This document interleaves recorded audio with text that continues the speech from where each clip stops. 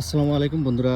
আজকে আপনাদের দেখাবো ইতালিতে যেসব ডাস্টবিনগুলো বা রাস্তার ধারে যে সমস্ত ময়লা ফেলার যে ঝুড়িগুলো দেওয়া থাকে সেগুলো বিষয়ে। দেখুন এখানে 4টি ঝুড়ি রয়েছে।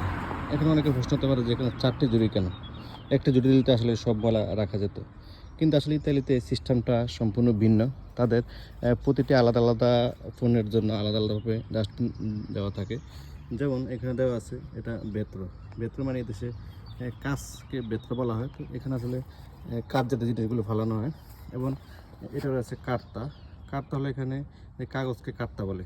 তো এখানে যে কাগজ বা টিস্যু এই সমস্ত জিনিস ফেলা হয় এবং এখানে রয়েছে আরেকটি ইনডেফারেন্সিয়া, অর্থাৎ অন্যান্য যে সমস্ত জিনিসটা আছে অর্থাৎ কার্তা বা গ্লাস যাদের কার্য জিনিস আছে সেগুলো আবার এখানে ফেলা হয়।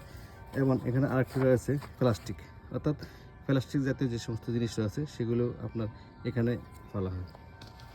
তো সব মিলে বলা যায় আসলে এখানে 4টি ভিন্ন ভিন্ন ক্যাটাগরির ডাস্টবিন রয়েছে। এগুলো আসলে একসাথে দেওয়া থাকে এবং যার যেই পণ্য বা যেই ময়লা সেটা সে এভাবে এখানে ফেলে। এগুলো আসলে স্থান ভেদে বা সময় ভেদে কিছু বড় বা ছোট হয়ে থাকে। এটা যদি একটা ফার্কের ভিতর, তাই আসলে এটা এত এরকম বড় না এবং এই ফার্ক আসলে এরকম অনেকগুলি রয়েছে।